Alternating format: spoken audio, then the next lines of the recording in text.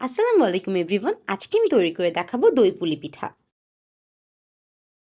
এর জন্য প্রথমেই একটি বাটিতে নিয়ে নিচ্ছি 1 কাপ পানি ঝরিয়ে রাখা টক দই।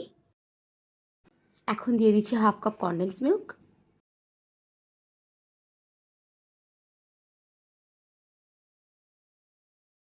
এখন এটাকে ভালো করে মিশিয়ে নেব। মিশিয়ে নেওয়া হয়ে গেলে এখন পাউরুটিটাকে ভালো করে বেলে নেব। এরপর একটি গোল বাটির সাহায্যে গোল করে কেটে নেব।